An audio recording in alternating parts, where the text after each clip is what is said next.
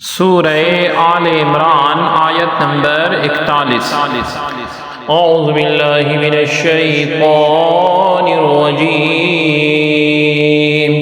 بسم اللہ الرحمن الرحیم۔ قال رب اجعل لی آیہ، قال آیتک ألا تكلم الناس ثلاثة أيام إلا رمزا واذكر ربك كثيرا وسبح بالعشي والإبكار۔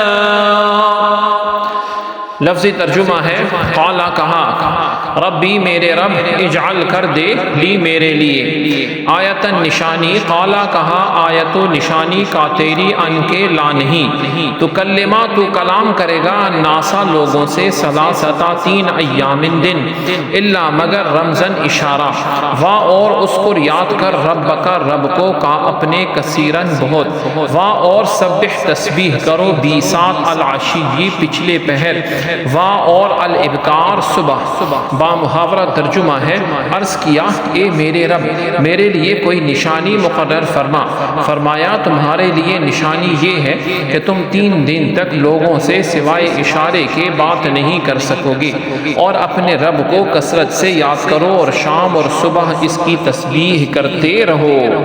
آیت کی تفسیر میں فرمایا گیا، قال رب اجعل لی آیہ، عرض کی اے میرے رب میرے لیے کوئی نشانی مقرر فرما دے۔ حضرت زکریا علیہ السلام نے حمل ٹھہر جانے کی صورت میں علامت ظاہر ہونے کا عرض کیا تاکہ اس وقت اور زیادہ شکر و عبادت میں مصروف ہو جائیں۔ اللہ رب العزت نے فرمایا کہ تیری نشانی یہ ہے کہ تم 3 دن تک لوگوں سے صرف اشارے سے بات چیت کر سکو گے۔ چنانچہ ایسا ہی ہوا کہ جب آپ علیہ السلام کی زوجہ کو حمل ٹھہرا تو آدمیوں کے ساتھ گفتگو کرنے سے زبان مبارک 3 روز تک بند رہی، اور تسبیح و ذکر پر آپ قادر رہے، یعنی تسبیح کر سکتے تھے، باتیں نہیں کر سکتے تھے۔ اور یہ ایک عظیم معجزہ ہے کہ جس میں اعضاء صحیح و سالم ہو، زبان سے تسبیح و تقدیس کے کلمات ادا ہوتے رہیں لیکن لوگوں کے ساتھ گفتگو نہ ہو سکے، اور یہ علامت اس لیے مقرر کی گئی کہ اس نعمت عظیمہ کے ادائے حق میں زبان ذکر و شکر کے سوا اور کسی بات میں مشغول نہ ہو۔ اس سے معلوم ہوا کہ صالح فرزند ملنے پر رب ذوالجلال کا شکریہ ادا کرنا چاہیے۔ عقیقہ، صدقہ، خیرات ہیں، نوافل ہیں، سب اسی نعمت کا شکریہ ہے۔ اور چونکہ ہمارے آقا نبی علیہ السلام رحمت للعالمین اور عظیم ترین نعمت ہے، اس لیے ان ذات کا اللہ رب العزت سے شکریہ ادا کرتے رہنا بھی چاہیے۔ پھر آگے فرمایا وَسَبِّحْ بِالْعَشِيِّ وَالْإِبْكَارِ، اور صبح و شام اس کی تسبیح کرتے رہو۔ اگرچہ ہر وقت تسبیح و تحلیل بہتر ہے، لیکن صبح شام خصوصیت سے زیادہ بہتر ہے کہ اس وقت دن رات کے فرشتے جمع ہوتے ہیں، نیز آدمی کی صبح کی ابتدا اور انتہا اللہ رب العزت کے ذکر پر ہونی چاہیے۔